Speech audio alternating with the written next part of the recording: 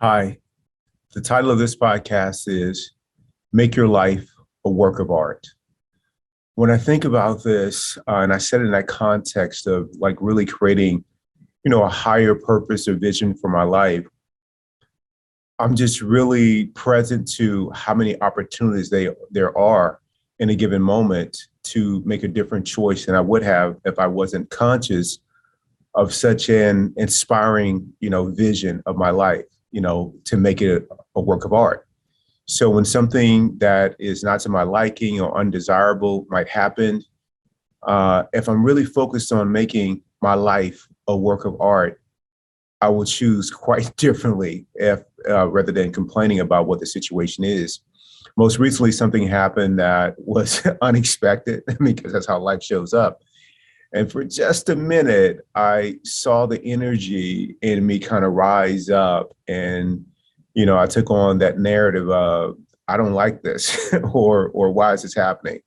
And I felt, my heart closing or a little tightness in the chest. And then I just leaned back just enough because I've been practicing that part of the human condition is that emotions are going to come and go. Like something's going to happen. There's going to be a catalyst or a trigger, and I can watch them come up. Suppressing it doesn't work, but I can watch them come up because I'm the observer and I can lean back, let it come, and not get involved with it. Instead of getting involved with it, I can just let it rise, let it fall. And once it does, I'm practicing acceptance of seeing it, of noticing it there. And then I can start to take intelligent action if there's action to be taken. And that's exactly what I did. Yesterday, I started thinking about the things that I could do. That's like, okay, here's how I can solve this. And this is what's in my control. And I started to do those three things. And now the ball is in someone else's court who may have a possible solution or some new information. And I went to bed last night and I slept like a baby. And part of that is that all the practice that I've done with the little things and big things to get me to this moment, because life is going to continue to show up with these challenges, tests, opportunities.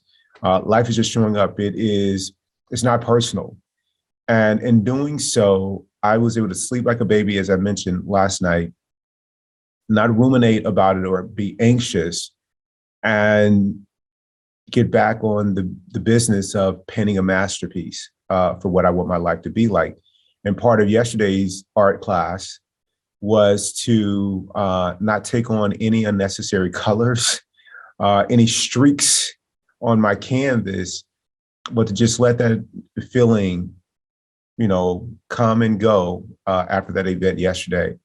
And instead of being proud of myself, I'm just grateful that I have this level of consciousness to understand that there's a different path that I can take. And I just feel with tremendous gratitude for that. And it's been a lot of work to get to this point. And I understand that if I don't continue doing the work, that I could lose it at any given moment. I could be right back to losing sleep, ruminating about the what ifs and how I'm going to go, what this is going to look like and what will people think and all the other stuff that I've done in the past when I've lost sight that I only have a few moments to create a masterpiece, to make my life a work of art. And I'm grateful for those moments. And I am staying true to my commitment to not waste any time.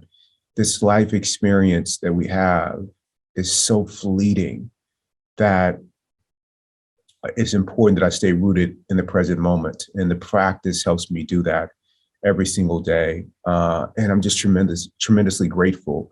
And grateful to all of you out there who may listen to this podcast for being supportive and inspiring me along the way. We talk often, the viewers who check the podcast out, and that's been incredibly helpful for me. Part of my masterpiece yesterday was while I was at Mayo Clinic, I ran into just some really, really kind people with Julie and Dee and Kelly that are part of Mayo Clinic's heart transplant team. And they could not have been kinder to me on meeting me for the very first time. And that was part of my masterpiece yesterday. And I just have these experiences all the time, and I'm just grateful for all the people that, brighten my canvas, oh, let's add a little more green to that tree over here, Keith. Oh, you missed that kind of orange, yellow in the sun. And that's not lost on me. Part of my gratitude when I go home at night and as I wake up in the morning is that I list all the people that I came in contact with that day. Like I name every single person that I came in contact. And it's just so many blessings. I mean, so many blessings in my life and just more masterpieces. And they've been there the whole time, my whole lifetime. And I've allowed myself to be trapped by my own limits and barriers. And after an unfortunate event may have happened, long after it's ended, I've continued to carry it with me. And when I've done that, I put the paintbrush down, and I'm no longer painting. I'm literally just idling, if not going backwards. And that's not living. That's just really like surviving. And those days are over for me. I just want to be a positive presence, being kind, serving, and experiencing joy and peace as I try to make a difference in the world. And I just want to thank all of you for the opportunity to make my life a work of art. Thank you for your contributions. And I hope that that's what you're doing too, and not allowing yourself to be tripped up by things that are outside of your control, recognizing those as outside of your control, and then practicing acceptance, which is the first step to anything, even things that you wish were different or that you can improve upon. The first step is to accept them.